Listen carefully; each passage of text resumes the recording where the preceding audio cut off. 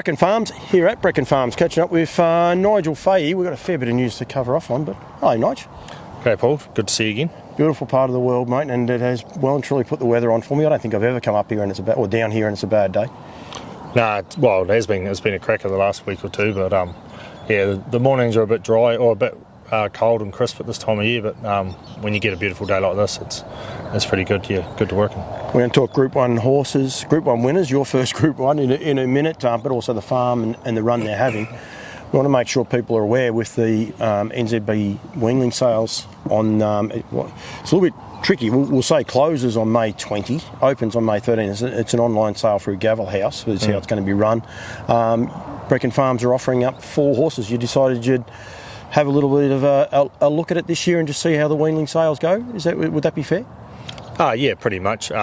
It's not too different. A few years ago with COVID, the weaning sale was a Gavel House online sale, so people are used to it to a degree. But for Breckon, yeah, it is a little bit different. We had an abundance of fillies this last year, and basically we can't put them all through the sale, so we've identified 4 that while there's nothing wrong with them, they're probably just a little bit lesser than ones that we might make a bit of dollar on at the yearling sales.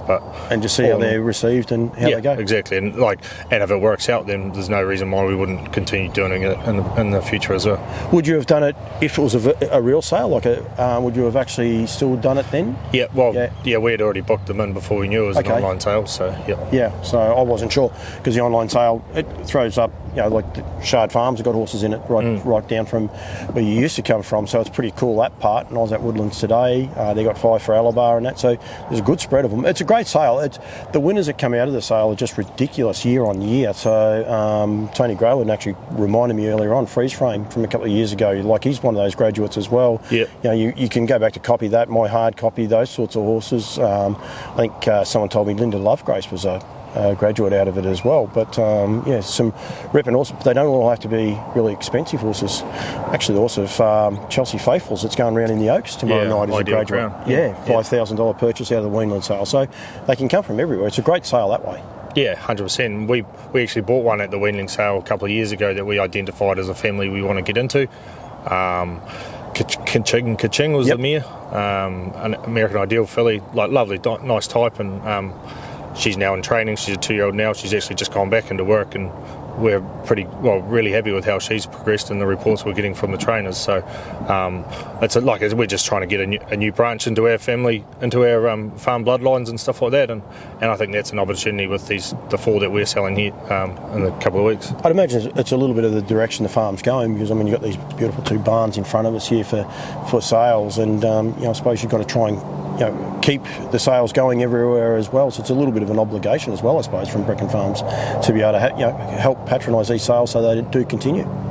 Yeah, definitely, and I think that's the way that it's gone with this year. With there's generally a lot more than 40 odd horses in the sale, which makes sense for why it is online. But as long as there's quality in terms of photos and videos and stuff like that, then there's no reason why, or you can get someone to go and have a look at them if you're not in the area. Then there's no reason why they shouldn't be well patronised. You've already got your photos up, yourself and Shard Farms. I think I got them up. I know Alabars are going up. I don't know if Alabars are going up at the same time, but Woodlands definitely are. The guys at Woodlands are prepping the horses at Alabar as well, so they'll be all going up, which is pretty important. 4 fillies, all fillies? Yeah, 4 fillies, yep. Yeah. Do you know the lot numbers? Doesn't matter. Easiest way, instead of doing it that way, we'll encourage people to go to nzbstandardbred.co.nz, and the catalogue is there online. Your phone number will be at the bottom of each of those catalogues, and people will be able to look at them. But a little bit of we got a little bit of different. You've got a King of Swing for Ken and Karen's favourite breed. I imagine that would be a tough one for Ken and Karen to get through, because they actually love Swing and the way the horses he's producing. Yeah, exactly. And this is a lovely filly herself, bred on a specific cross that we wanted to try and breed. But we've just had no luck with the family, and so we thought we'll give it a crack and see if someone else can get something. But it's a 3x4 to Arts Place over Western Hanover, line bred. So she's a nice, lanky filly, bit of scope to her. But I think she'll develop into something pretty tidy. The other 3 fillies, we've got a Lazarus filly out of Western Willow. Western Willow's a daughter of One Dream. That was another one we identified as a as a bloodline that we'd like on the farm, being one dream being the champion mare of her generation, basically. And so we're looking to sort of, if you can get one like the Lazarus effect out of it, it would be nice. Yeah. And this filly, she's got a full sister going around. This is 3-year-old now. I think she won on debut as a 2-year-old. Oh yeah, Little Lily, I think her name is. Yep. And but she's doing a bit of a job. The other two fillies is an art major out of a mare called Our Gilda, which is sort of traces back to Ross Johnson and Bruce Carter's breed. And they've always had a lot of success, especially with the likes of Cowgirls and Indians and filly families. Yep. And the Pebble Beach. Yeah, the fourth one's a Pebble Beach out of Older Flamenco, who's rock and roll dance mare, one that we had a bit of a crack at. And she's like big scopy mare, left a nice type of foal. But yeah, once again, we've got an abundance of fillies and we can't sort of keep them all at this time and sort of carry them through to the yearling sales. So there's another one. But yeah, she's got a lovely pedigree behind her as well, being the Older Flamenco's out of Older Camilla, who's left a few nice types. And then it goes back to sort of Older Cristiano, who's a stallion. Yep. And he died prematurely, but he has a lovely type of horse himself. So yeah. He was a very underrated horse actually. Did an awesome job. So that sale, as I said, starts on the 13th, goes online live on the 13th, but it will be actually online from the 7th. But the bidding in that starts from the 13th through to the 20th. But the catalogue and that's on Gavel House. But the catalogue is available now on NZB standardbred.co.nz, and I think it's just there as weanling sales. I think it's just a drop down banner and you'll be able to see them, and there's updates going up all the time, so that party's pretty keen. The farm, mate, just had a purple patch of form at the minute. It must be great rocking in Alexandra Park and having so many nice horses stepping out and continuing that form and sort of continuing on.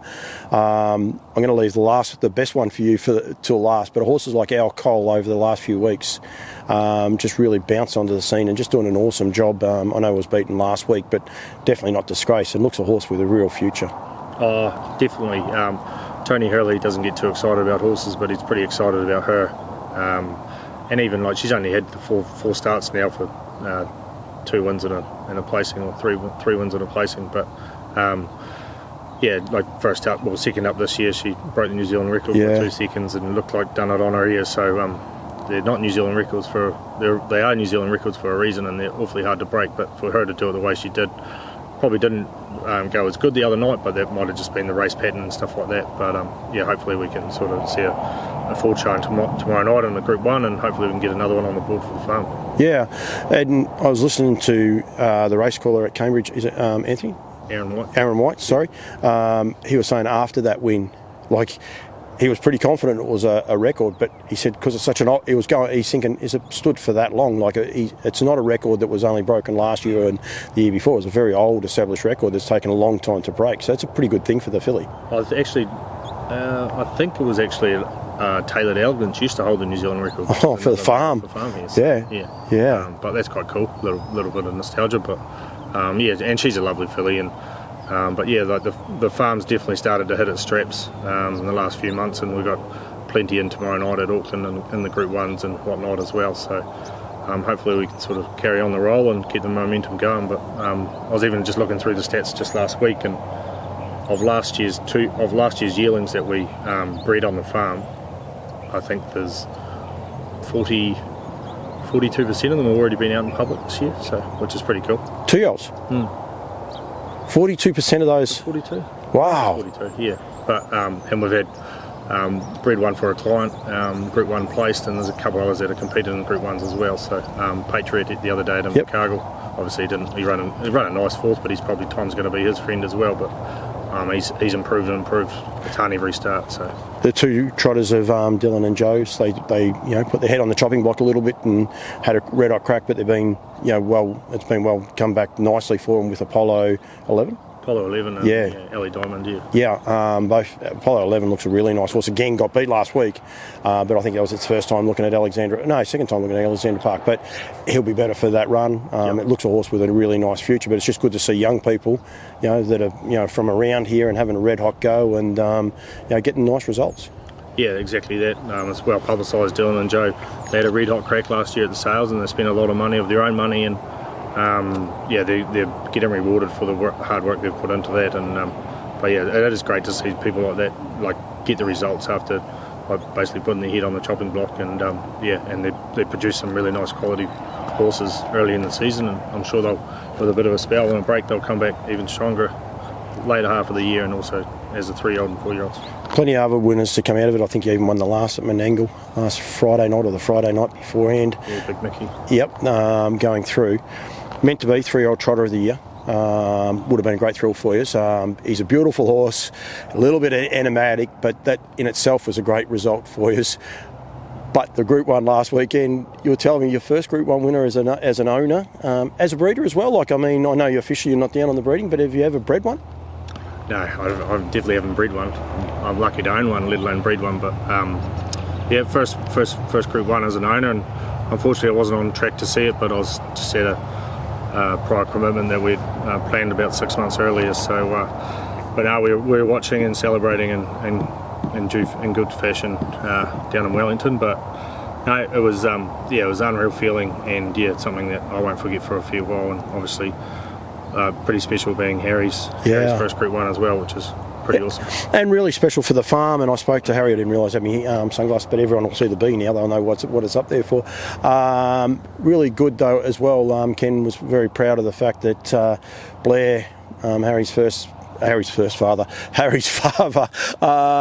it was his first Group 1 winner as well on a Breckon bred horse as well, which had a bit more of a backstory to it as well. But that's really cool as well. So from Breckon Farms' point of view, I'm sure that's pretty cool to see that they've looked after the oranges extremely well. Yeah, did right. Yeah, but what Harry's done, he's like I remember he's driven higher power a few times just in junior drivers races, and he gets on really well with them.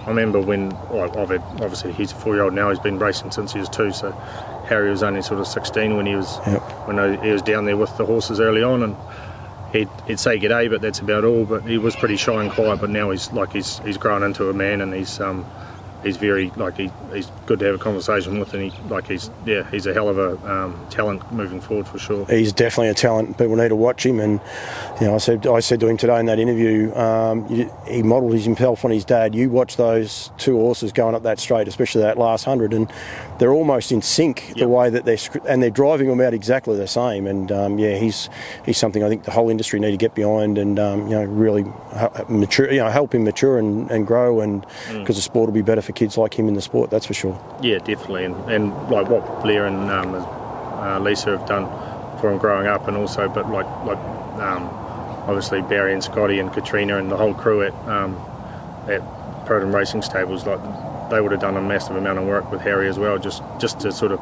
make him, because no doubt he would have been homesick when he sort of first moved up there, 16-year-old moving away from home. It's pretty tough, but no, he's really blossomed. I said to him, you won't be able to get ahead of yourself. Wouldn't matter where he looked like. The old man would give him a clip behind the ears, but you got Scotty, and then I'm pretty sure Barry would know how to ground him a little bit, but it's just a pretty cool place for him to be learning his craft. And I think well done to you and all the owners as well for entrusting the young man on a horse like that. And you can't ask for anything more than a Group 1 win, and he's saluted that for you. So well done in that sense as well for you guys. Yeah, no, thank you very much. It's quite a thrill, and hopefully it's not his last, but be nice if there's one next week. Might not be quite as easy next week, but at the Rowe Cup, of course, we talked about, but I did see him track work today, and Harry looked after him. He just sat him in there behind meant to be. He didn't show his cards at all, so he was pretty cool. But from the farm's point of view, to have two trotters like that, now both Group 1 winners as well, that's pretty impressive as well for those two horses. And must remember the mare, Highgate. Yeah. What a job she does. Just ridiculous, isn't it? Yeah, she's just she has an amazing mare. She's the loveliest, kind-natured horse, but she also she always produces classy animals. She won a Redwood? I don't know if she won a Redwood. Well, she might have won a Redwood. She won a Breeders' Crown as a 2-year-old. She won 4 Group 1s. She's either won a Redwood, but she's definitely left a Redwood winner. I just can't think of its name. Don't know if she left one. Okay, well, she did win a Redwood, and her mother may not have. So I get them both mixed up. But they definitely contested a couple going from there. But they're just beautiful families. They're young horses, old horses. You look at those two horses today when I was there at Barry and Scott's, and you can see they're going to be better again later on. And when you look at this farm and the way it grows them out, you can see why they just keep developing and keep getting better and better. It's no mistakes. Yeah, and back to like Highgate and stuff, like High Energy was one of her first High Energy, foals, yeah. and she was a champion 2-year-old. Got a bit. Did she not win a redwood? I don't think she went over there. She Right, went over as a 3-year-old. Okay, someone's going to be That sitting. would have been sort of COVID time, I think. Okay, yeah. Highgate, I'd say it would have been Highgate that won the redwood. Yep. Yeah, because she was over for Breeders' Crown, so she would have tied all that in together, I'd say. Yep. Yeah, and then she's left High Step. Well, High and Love was her first foal. It went over to the redwood. It didn't win it. Yep. And then there was High Step, and then Higher Power, and then she's got Power Station, she stepped out last week at the races too for the first time. She made a break in that Young Guns heat, but she's got a fair bit of potential too, I'd say. But Looks a little bit like Higher Power too. Will get better with time because she was there. She actually did the next trip, and big raw Big filly. thing, Yeah. Looks like she'll get better and better. Will be her friend, but like the reason I even got into Higher Power was because he is just the coolest dude as a yearling to prepare and do everything with. He made our job easy in terms of a selling aspect. Like, he just come out of his box, walked, stood, paraded, back in the box, ate everything, like slept. Just, he was a dream horse to do stuff with, and he just had the all-round manners. And to get him and meant to be in the same year, it was quite cool. And to see them sort of look like they're going to really push on as older horses, because obviously it's a different kettle of fish when you get into the open grade. But he had an easy run last week, he still had to be the good. Still got to do it. So, yeah, that's right. We undersell it sometimes. We say, everything went his way, but generally manners is what happens. There's a reason Meant to Be was out the back, and that was manners. So I know it's a stand. I'm not picking too much on him, but yeah, that's always the key to it. So thanks, mate. BreckonFarms.co.nz. Yep. Yes, thank you. I get too many in my brain. It's the easiest place to go, keep up with all the updates there. But as I said, go to the New Zealand Standardbred, newzealandstandardbred.co.nz, go to the weanling sale, punch in Breckon in the search engine, and they will come up, the four weanlings. Get in touch with yourself, and then make sure you're ready for the online. If people are up here, I know Woodlands and that are having a parade after the Road Cup, but if anyone else, any of the Aussies, anyone from down south are coming up, give you guys a call, come up and do an inspection before or after the Road Cup. Yeah, 100%, any time, or just if they want an opinion on each of the horses, more than happy to. Or anyone's welcome on farm anytime they like, and we're happy to parade whenever and whatever. And just give you a call, get in touch. Thanks, mate. Thank you very much. And I might have to come over here and retire one day. She's fairly impressive. I encourage people to do that. Everyone keeps asking, would they mind if I went and had a visit? They just got to give you guys a call anytime and come and have a look. Visit is well worth it, that's for sure. Yep. No, it's a lovely facility, and we're proud to show it off. So over Nigel's shoulder over there's a paddock full of mares just eating grass. It's just a nice rolling hill with a blue sky. It must be a hard place to live at, I must say. Mate, thank you.